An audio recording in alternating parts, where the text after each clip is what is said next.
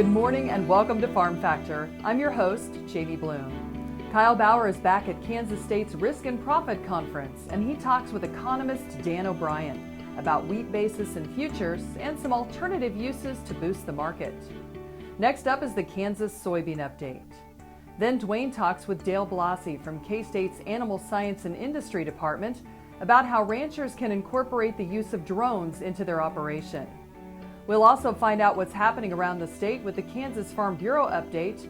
And then on Plain Talk, Kyle and Duane will tell us how to get someone's attention in a noisy situation. It's all coming up. Stay tuned. Closed captioning brought to you by Ag Promo Source. Together we grow. Learn more at agpromosource.com. Welcome to the Western Kansas Wildlife Travel Center, right here in my hometown of Oakley, Kansas. We're the front door of Western Kansas, located on three main highways, I-70, US 83, and US 40. And all those roads lead to history, beautiful scenery, and adventure, no matter which direction you go. We now have an IHOP. That brand that you've trusted up and down the road in all your travels is staffed with local folks, real people just like you and me, and we're waiting on you to join us. So for fun, adventure, fuel up, fuel your body, and let's have some fun.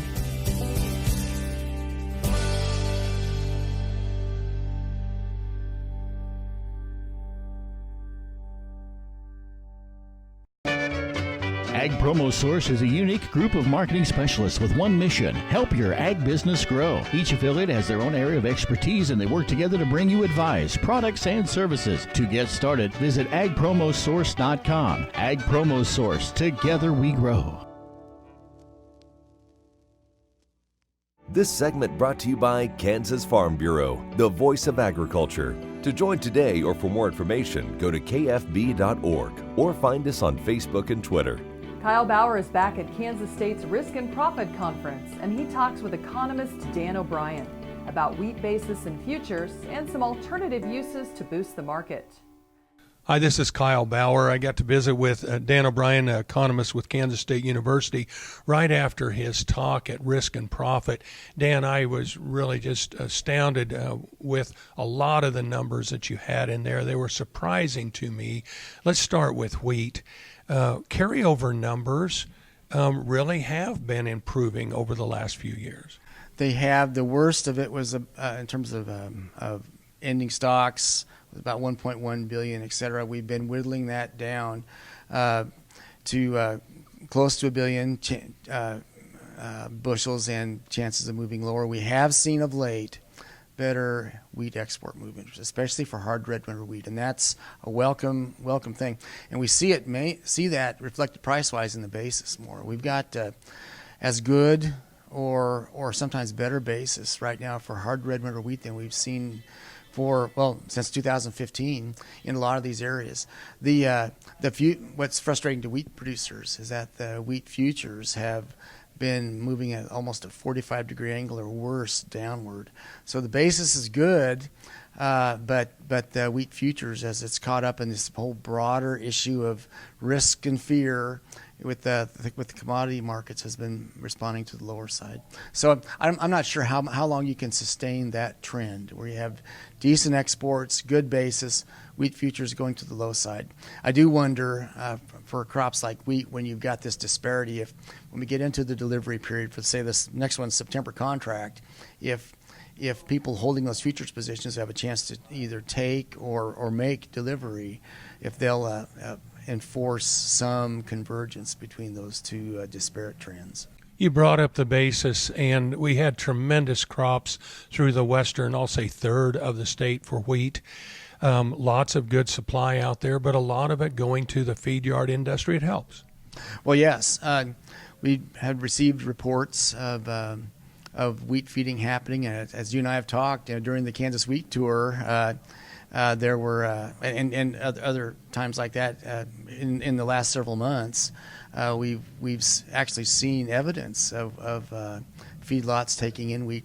It would be great if we fed 200 to 300 million bushels of wheat, I think 352 is the most we've done in recent years, and that'd take that 1,000, probably 1 billion bushels down to about 700 or 800, or less. That'd be a real blessing for the Kansas hard red winter wheat industry.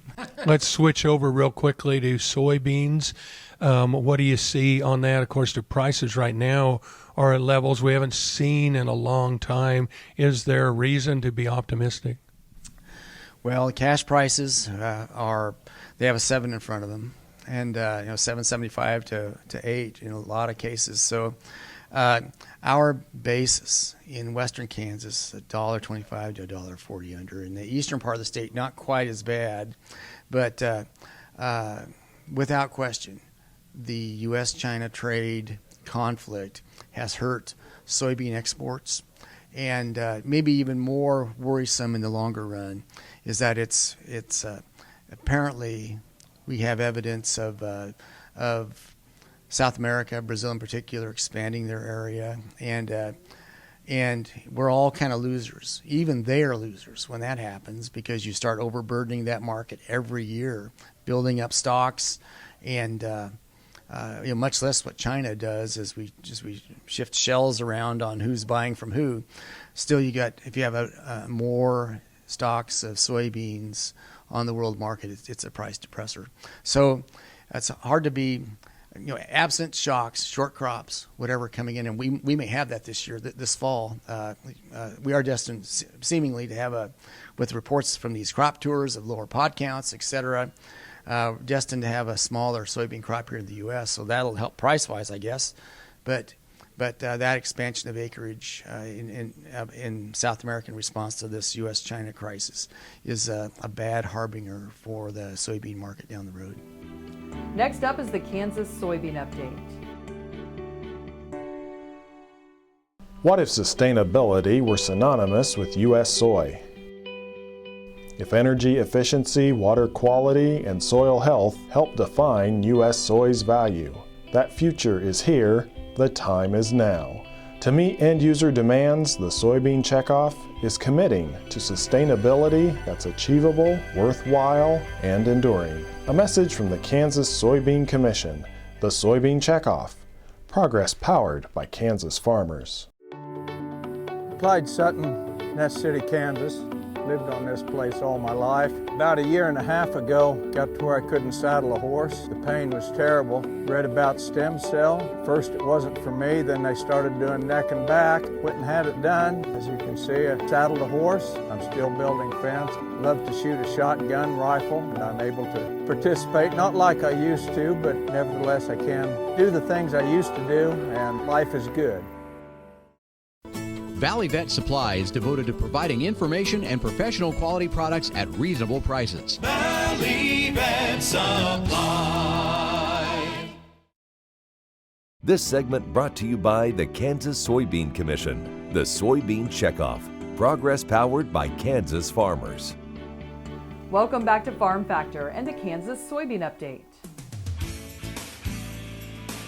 This is the Kansas Soybean Update. It's brought to you by the Kansas Soybean Commission. The Soybean Checkoff, progress powered by Kansas farmers. Greg Struby is joining us. He is from Horton, and he serves as the chair of the Kansas Soybean Yield and Value Contest Committee.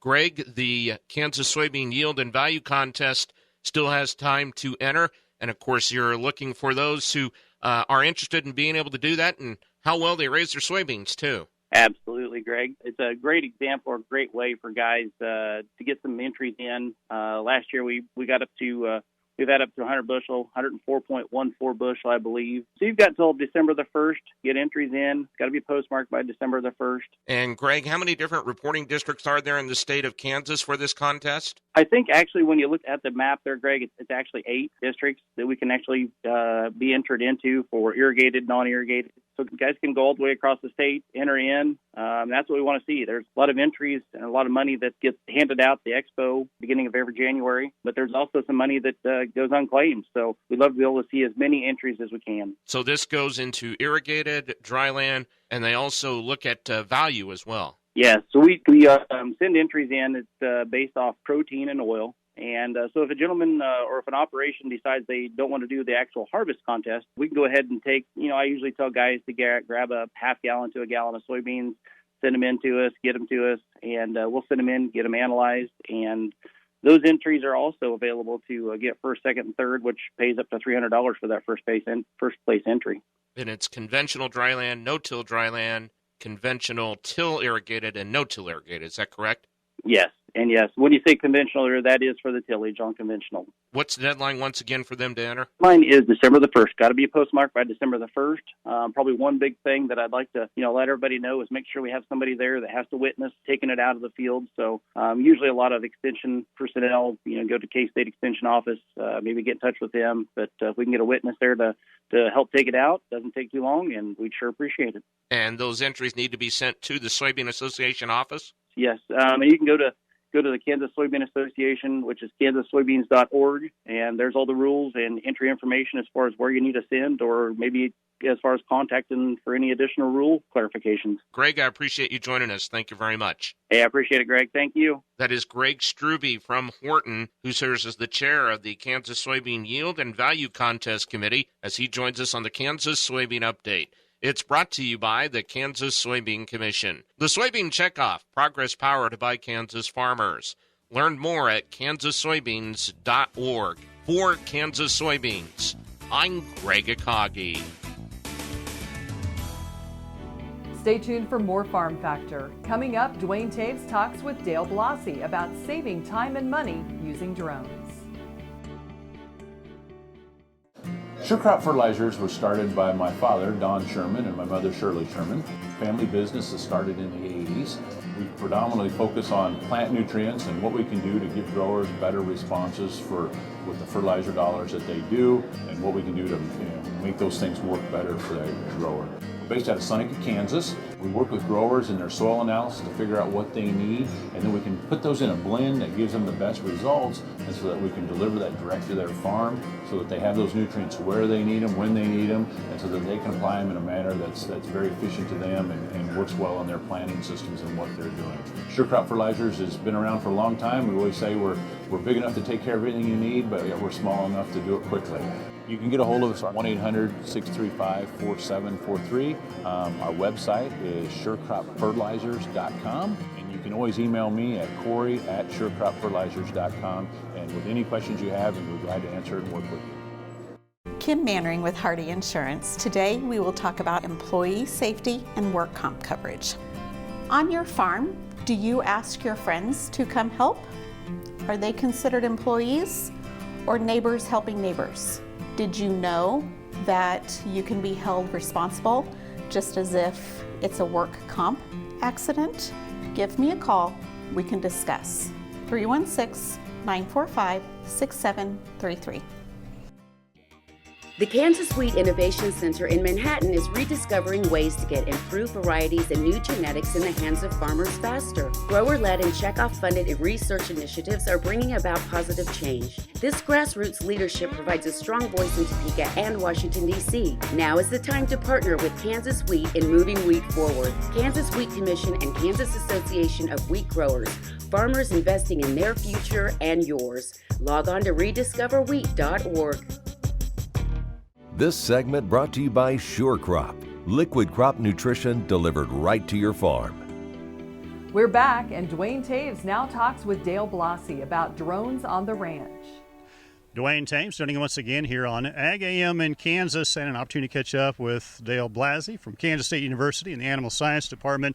Dale, I know you previously you'd had a chance to talk to producers a little bit about some of the technologies that cattlemen can start to look at and make some decisions about whether they make sense for their operation. Drones and some of those technologies and what we may be able to do in the future with them.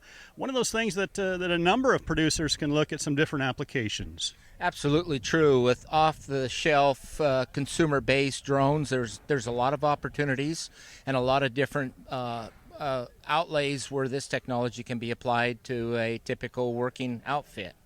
We think about issues within the state. Manpower, labor, obviously is a big thing that we hear continually about a shortage of it on a lot of farm operations, or that they've grown and need to hire additional labor. Here's maybe one of those that could be a labor savings tool that eliminates some of that need. That's right. In the event of any adverse weather, checking water gaps, evaluating the condition of cattle, where roads may be impassable during periods of high moisture or certainly in snow-like conditions. An opportunity to spend 20, 30 minutes and cover a significant component of a pasture to find any potential problems. I know we talk about some of the things that we saw this winter and early spring. Certainly road conditions is one of those that it would have played a big part if they got the cattle out ahead of that. But calving time is one that a lot of folks talk about of being able to have a closer eye, so to speak, on a set of heifers maybe. That's right, and I'm aware of producers who have utilized the technology to save themselves time to quickly fly through a pasture holding heifers, looking for any potential signs of onset of calving, or if any female needs help. There's a great opportunity to get a quick look and see what's going on. A lot can be said about getting a picture from above.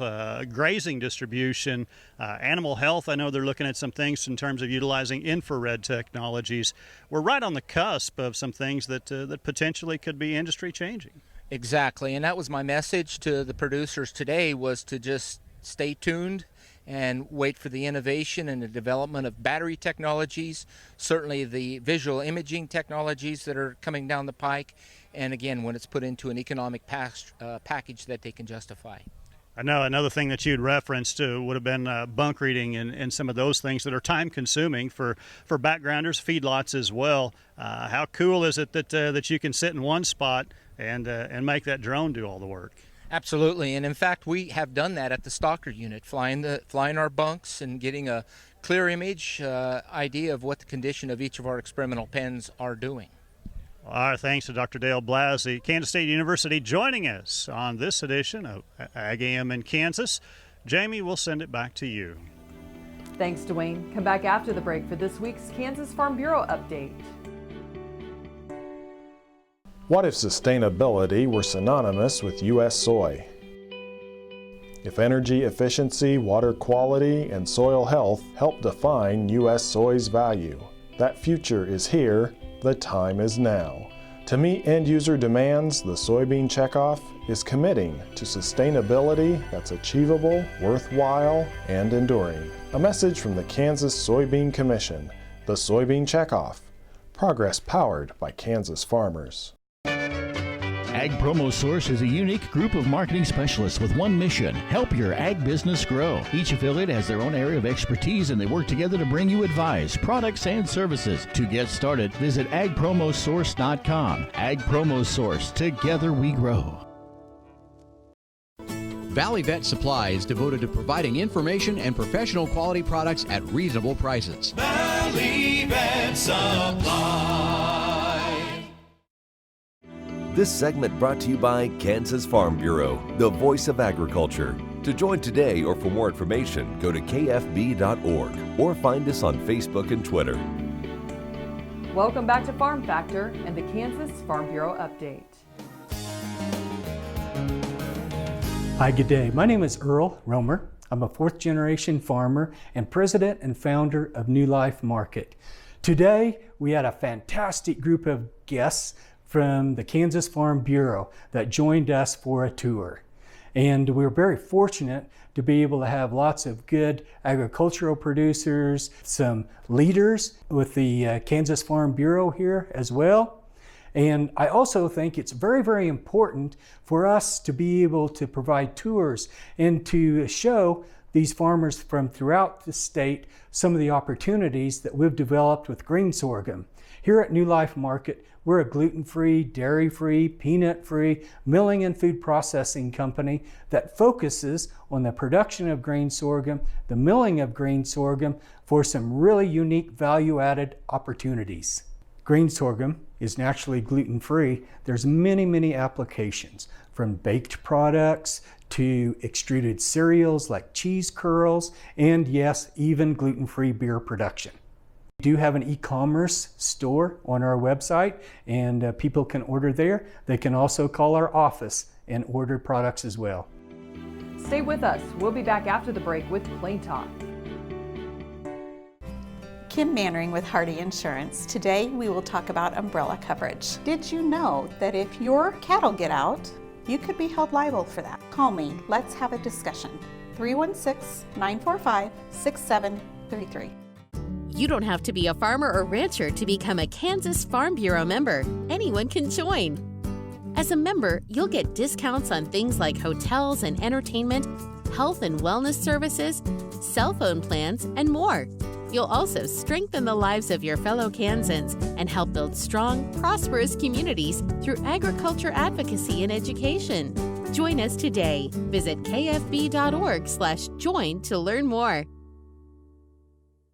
Join us for the 15th annual Fall Bull Sale at Gardner Angus Ranch, Monday, September 30th at 9 a.m., featuring approximately 450 registered bulls, 160 registered females, including 35 cows and 125 heifers, and 300 bred commercial females. These are elite herd sire prospects and rank in the top percentiles of the Angus breed for calving ease, growth, and end product merit. Catalog will be available at GardnerAngus.com. Register for online bidding at liveauction.tv. It's business as usual, producing value-added seed stock that provides opportunities for profitability regardless of our customers' chosen marketing endpoint. See you in September at the ranch. This segment brought to you by Santa Fe Trail Meats in Overbrook. Let us help feed your family.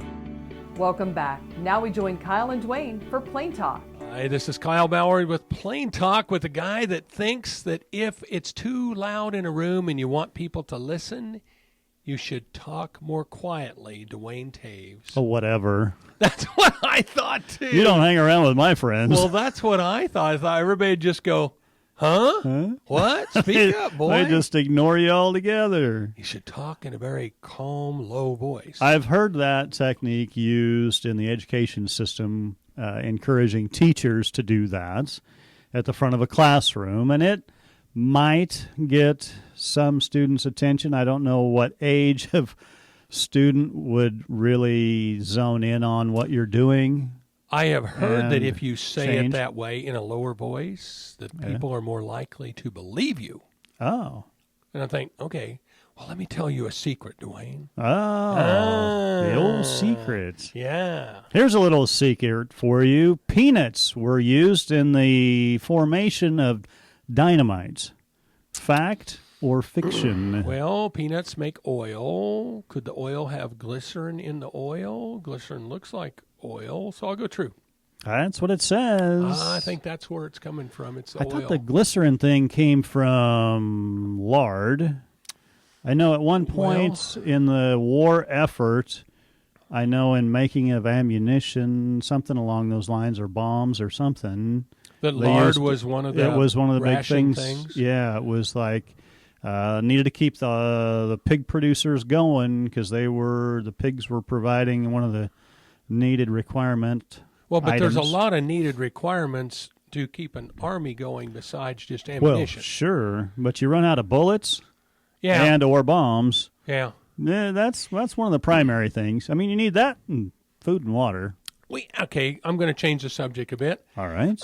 It came up last week that how many guns do you have to be an arsenal? Odd that you would bring this up. I read this story where the headline was Bob Jones Bob Jones was arrested. When they went to his home, they discovered an arsenal. Yeah. And there was like 10 guns and 1,000 rounds of ammunition. I mean, the ballpark. Okay. It was 10 guns. Okay, 10 guns and 1,000 rounds of ammunition in my world and context is not an arsenal. Well, and I thought the same exact thing. I thought, oh my gosh, if they go to counting for me, I'm going to look like a third world country if that's an arsenal. But then I looked up the definition of an arsenal. Oh. And it said? A collection of guns. Oh. Actually, and the third one down just says a collection of weapons. So my crossbow, and then Counts. the slingshot. I have the competition slingshots too, and the BB guns. Would they count in my arsenal as well? How about my knives? Do they count in the arsenal? Sounds like a weapon to me. It sounds like I've got quite an arsenal going, right? So, but it just says a collection. So how many does it have to be? So the media can liberally use that term however they wish. Anyone, and not just the media, but just, I didn't where it find comes a up most single often. definition that didn't, it just says a collection of guns or weapons. 10 guns and 1,000 rounds, or even if it was 5,000 rounds, wouldn't shock me at all. If you said 1,000 rounds, though, a lot of people go, but that's only 100 per gun. Yeah. And when you're shooting, it's not unusual to shoot 50 rounds anyway. Well, yeah, and there's in low a caliber short guns. afternoon. You know what stops me from shooting a gun? Cost. Exactly. Either you run out of ammo, or every time I'm pulling that trigger, it's 50, 60, 70 cents, $1. Right. And it's like, this is fun, but we're only going to do it once. We're only going to do this 3 or 4 times this afternoon. Yeah, I don't know what a real definition of an arsenal should be. I did see, at one point in time, I think I remember seeing something where there was somebody that had 235 guns in the home, and they didn't list the number of rounds of ammunition. That might be a bit excessive. Thanks for joining us. I'm your host, Jamie Bloom, and I hope you enjoyed today's show. See you next week on Farm Factor. Closed captioning brought to you by Ag Promo Source. Together we grow. Learn more at agpromosource.com.